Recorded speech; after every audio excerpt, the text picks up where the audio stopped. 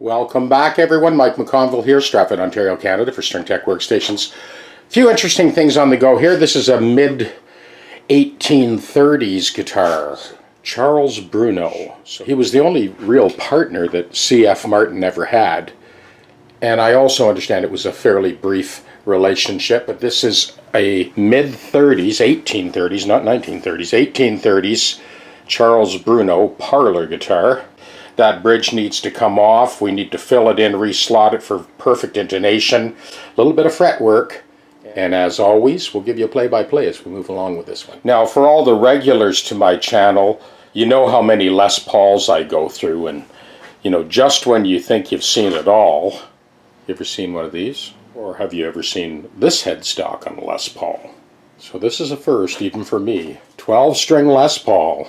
And we're going to make custom intonated saddles for the bridge. Very customized intonated 12-string nut. All my Patreon subscribers will be getting a front row seat, super detailed videos on this procedure. Now lastly today I have these ratio machine heads that will be going on a 57 Candy Apple Red Les Paul VOS. I have 3 sets of these sanding blocks. I had a few people inquiring about them, so they'll be packed up and shipped out today or tomorrow. There's also 6 fret guards with each package. Those fret guards can be cut out for the most popular shapes of guitars that you're going to work on.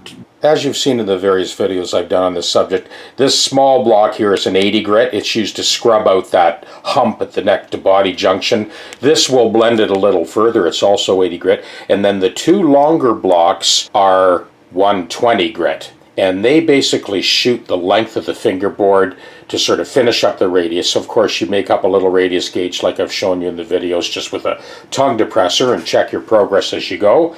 And run a straight edge across as well, so that you end up with a beautiful conical radius as opposed to a tubular radius. This is the problem with those radius blocks. First of all, you can't see anything you're doing. With a narrower block, you have way more control over the final product, and you don't end up with that tubular radius like the outside of a pipe. Instead, you end up with a much more desirable conical radius that flattens towards the top end of the fingerboard. So I make up a few of these sets every once in a while. I've been doing it for years for my students and my Patreon subscribers. So there are 6 fretting guards, the 4 blocks that will allow you to level and radius any guitar in the planet. Perfect radius, get it level along the trajectory of the string path end to end. You've seen in the videos, I've actually done real-time study. If you're interested in any of those videos, let me know and I'll send you a link where we correct the fingerboard literally in seconds with this setup. Now lastly, we have this block that you see me use when I use the 400 grit and 600 grit sandpaper after the initial recrowning. That's it for now. Signing off. Cheers.